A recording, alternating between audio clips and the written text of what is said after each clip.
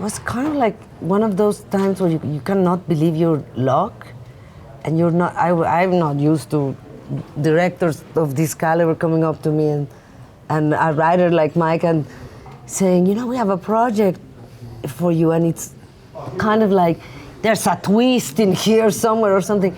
I actually, when I got the script, I kind of cried, and then when I read it, I was completely blown away.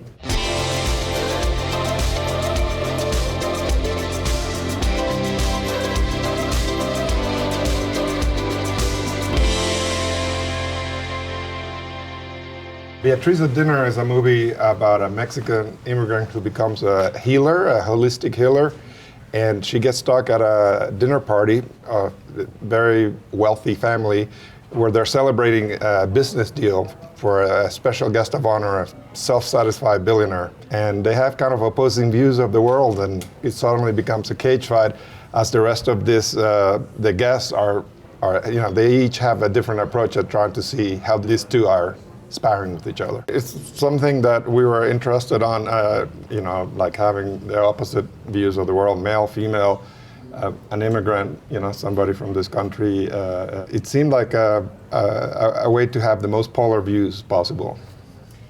Short, tall. Exactly. I play this alpha guest. Don Strutt is his name, and to hear this description, you would immediately think this was the villain. This was a vile person who's only in the movie for you to hate. I felt that myself, and yet he's much more dimensional than that. There are moments of genuine insight into him and sympathy for where he comes from. I can't believe I'm in this movie, basically. These are my heroes. Miguel he's my hero.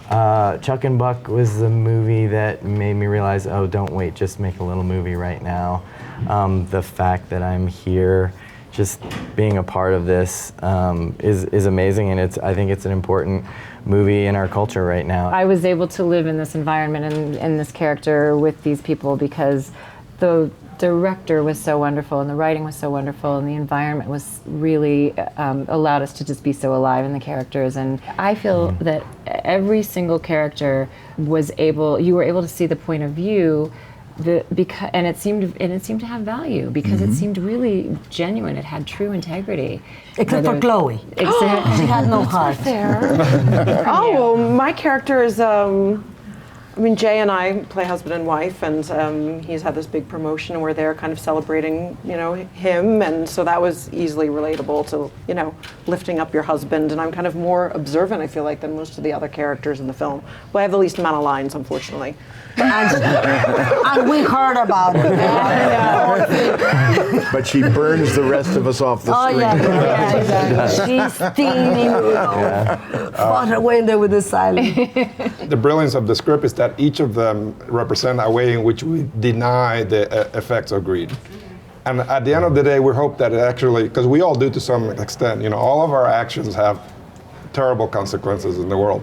And I think that each of the characters and all these actors did so beautifully have their own way in which they cope with that. And it's not so different than anyone, even somebody who says they really, really care about the world.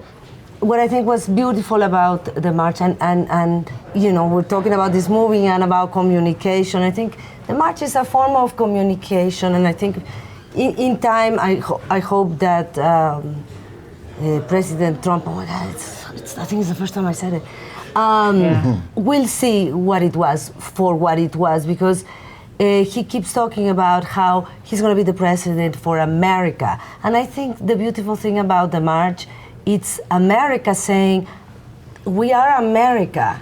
So it was a beautiful reminder that the majority of the vote did not go to Mr. Trump. And it's just a lovely reminder, peacefully, saying, hey, we are America too.